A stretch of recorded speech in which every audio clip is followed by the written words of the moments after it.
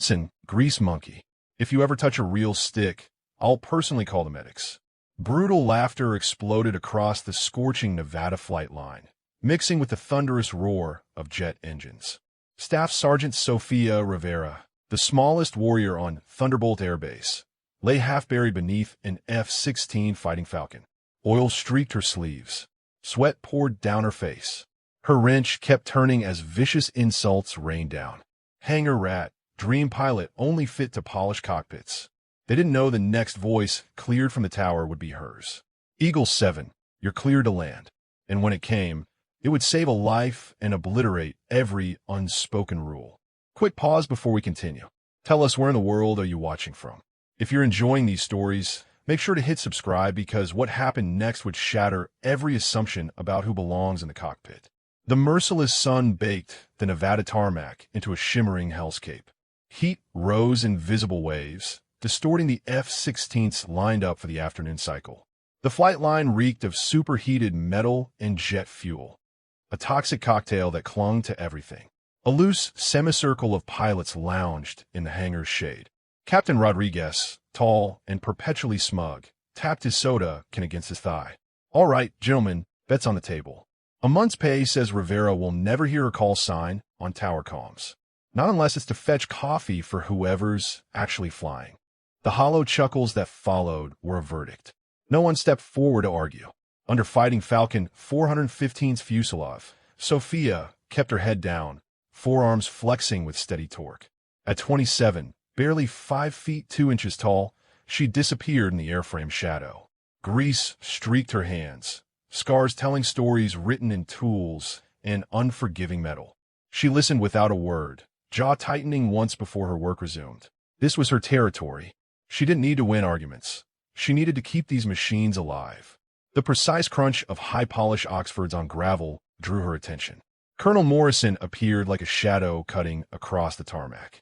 Early 50s, uniform pressed sharp enough to draw blood. He scanned the flight line with an expression that valued little beyond his brutal standards. Sophia slid out on her creeper, rising to attention. Sweat tracked her temple, but her eyes stayed locked on his. "And you are?" His tone was flat, like reading an inventory tag. "Staff Sergeant Rivera, Colonel." Morrison let silence hang too long. "Why is someone like you working on critical systems for an F-16? This isn't a motorcycle repair bay." "I'm a lead technician on this airframe, sir, running a post-flight check on the flap actuator system." Morrison stepped closer, eyes finding a black, leather-bound book in her toolbox. He plucked it free, flipping the cover. "A diary?" "My civilian flight logbook, sir." He leafed through pages showing early morning flights, doubled shifts to pay for lessons, inked hours tracing her climb towards certification.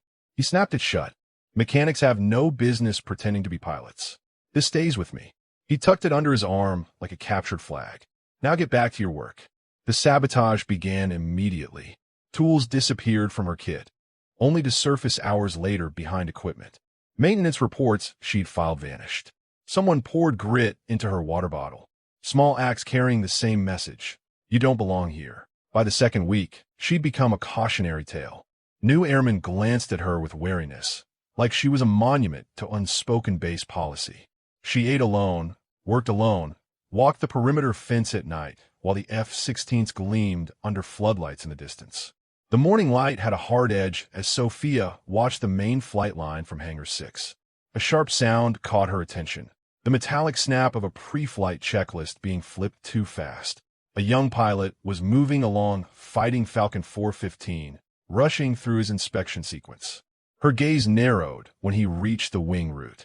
The flap actuator sat partially exposed after maintenance. She watched him test it with one hand, too abrupt, too heavy. The faint metallic clack carried across the tarmac to her. She knew that sound. It was the noise a fatigue part made when stressed past tolerance. A sound that didn't belong in a healthy actuator. Her cleaning rag dropped to the ground. She was already striding toward the F-16 line. "Captain," she said, voice low but firm. "Hold up. I need to take another look at that actuator. I think there's a fault." He looked down at her and frowned. "It's fine, Sergeant. I followed procedure. I heard the actuator pop under load. That's not normal." His jaw tightened. "With respect, Sergeant, you're not cleared to re-inspect my bird. I've got a launch window. If that part fails mid-flight, you won't get to worry about your launch window. What's going on here? Colonel Morrison's shadow fell across them, tone already loaded. Nothing, sir, the pilot said quickly. Just about to taxi. Sir, I believe there's a defect in the flap actuator. I need clearance to... Morrison's hand came up, cutting her off. You have an assignment, Staff Sergeant. Return to your post. Now. From Hangar 6, she watched Fighting Falcon 415 taxi out. Sunlight flashed along its canopy as afterburners tore across the base, shaking dust from the rafters. That afternoon, the routine changed. A gap where a tower update should have been. Then the clipped voice of a controller. Eagle-7, repeat, confirm status. Sophia froze. Eagle-7 meant 415. The next transmission was garbled static. Only fragments emerged. Flap control. Negative response. Primary comms. She crossed to the hangar door. Far over the desert, a speck moved in jerky, uneven lines. Above 18,000 feet, Captain Martinez was wrestling with a machine that no longer obeyed. The decision wasn't a choice, it was instinct. She slung her toolkit over her shoulder and ran toward the control tower.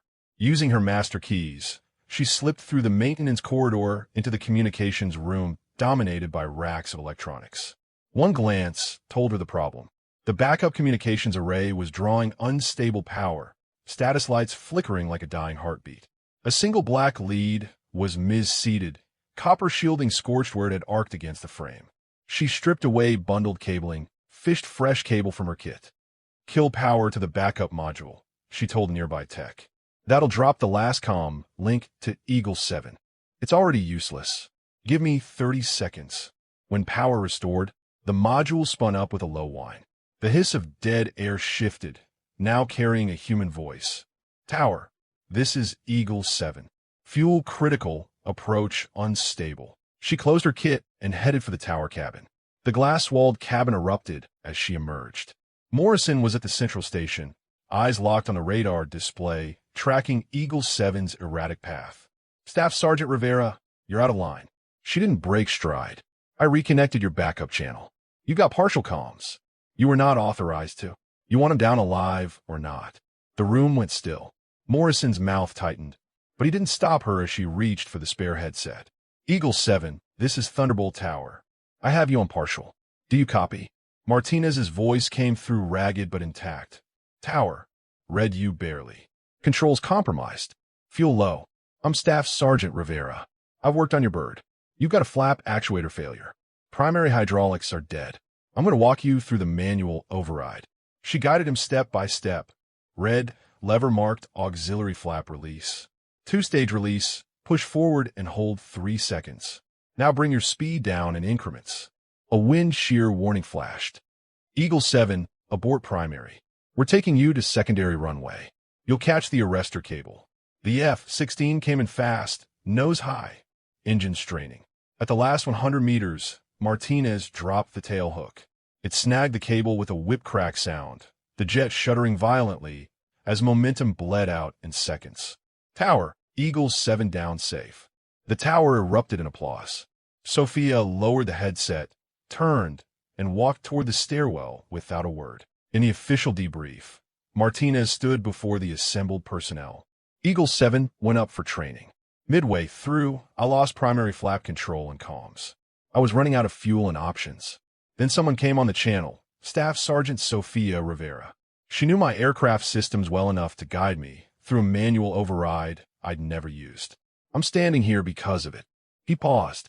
I've put in a formal recommendation for the Air Force Commendation Medal for Sergeant Rivera and for her immediate entry into officer training.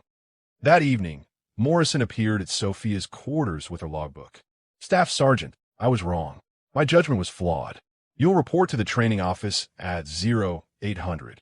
The training field was functional to the point of brutality. Scorched asphalt strips, skeletal control tower, rattling prefab classrooms. Sophia stood in a fresh flight suit, logbook clipped to her board. The first drill, takeoff and pattern flight in the T-38, returned for precision landing. Halfway through the final turn, the instructor threw a curveball. Engine failure, respond. She didn't hesitate.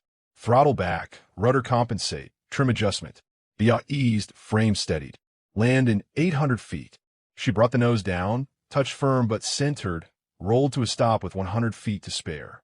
By the third week, team drills began. 4 aircraft formations, live-fire runs. When lead took a simulated hit, Sophia rolled into position without waiting for orders, lined up the target, fired within the window. The final evaluation, a modified test platform with unfamiliar controls. Halfway through her flight, systems flagged an intermittent actuator signal loss. She ran diagnostics, isolated the fluctuation, adjusted inputs manually. By landing, the glitch had stabilized. Staff Sergeant Sophia Rivera, welcome to the Officer Corps. Morrison slid the insignia box across the table, meeting her eyes with a respectful nod. The ceremony was brief. On the flight line with an F-35 climbing overhead, Martinez pinned new bars to her collar. Lieutenant, you've got lead next month in the joint exercise. Don't make me regret it. She allowed herself the smallest smile. Wouldn't dream of it, Captain. That night, she walked to the runway's far end, where sodium lights faded into darkness. Stars hung low over the desert. She thought of that first day, the weight of stairs, the small cuts meant to push her out. Every flight, every drill, every choice had been a brick in the path that brought her here. Tomorrow that path would continue, out beyond the runway's edge into the sky, where nothing stayed still and nothing was given. The wind carried the distant rumble of another night's sortie launching. She closed her eyes, letting the sound fill her chest. Then she turned back toward the hangars. There was work to do, always. The desert night had fallen silent. In the hangars, lights dimmed to amber as mechanics worked in practiced motions. Sophia stood at the tarmac's edge, her new officer bars catching the light. Not with decoration shine, but with the weight of something earned in silence. She learned to keep focus where it mattered. On checklists, coordinates, aircraft responding exactly as asked. She didn't fight storms head-on. She flew through them, adjusting trim and pitch until turbulence became just another condition to manage. Now lead was more than a role in a sortie. It was proof that quiet persistence could write its own clearance into the sky. So when we tell stories like Sophia's, it's not just to honor what she's done. It's to remind ourselves that every runway is built by people who refuse to turn back, even when the lights go out. Maybe you've been there. Maybe you're there now, standing at the edge of your own field, hearing the world doubt you. If so, take a moment to see what Sophia saw. You don't have to shout to be heard. You just have to keep moving. One check, one climb, one landing at a time. Don't forget subscribe. Thank you for spending your precious time with me today. Remember, dreams only work if you do, and every ending is just the start of your next chapter. Stay humble, stay kind, and never stop chasing the life you deserve. Small steps today will lead to giant leaps tomorrow, so don't just watch the change, be the change. Your story matters, so make it worth telling. Until we meet again in the next video, keep shining and keep inspiring the world around you. If you like my video, please give me like and subscribe for our motivation.